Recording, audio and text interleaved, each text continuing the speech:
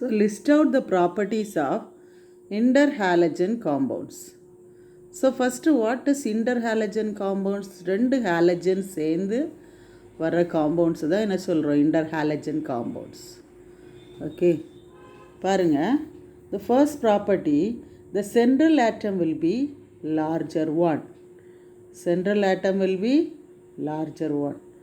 Second one, it can be formed only between two halogen and not more than two types of halogens. ஒரு ரெண்டு halogen, சரிங்களா? ரெண்டு halogens தான் அந்த inter ஹாலஜனில் இருக்கும். வெரைட்டிஸ் ஆஃப் ஹாலஜன்ஸு இருக்காது. ஓகே, இந்த நெக்ஸ்ட்டு ப்ராப்பர்ட்டி என்ன அப்படின்னு சொல்லி பார்த்தீங்கன்னா, fluorine cannot act as a central metal atom. ஏன் ஃப்ளூரின் சென்ட்ரல் மெட்டல் ஆட்டமாக இருக்க முடியாதுன்னா, being the smallest one.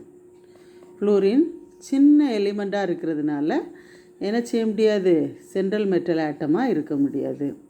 Next one is due to high electronegativity with small size, fluorine helps the central atom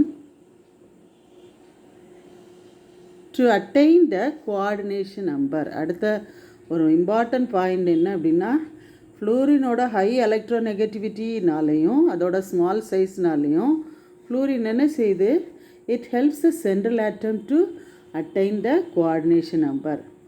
next one is they can undergo the auto ionisation. For example iodine chloride. Okay, so இது ionisation ஆகி I plus அயானாகவும் ICl2 minus அயானாகவும் split ஆகுது. இது auto ionisation. The last point is the interhalogen compounds are strong oxidizing agents. Okay, strong oxidizing agents.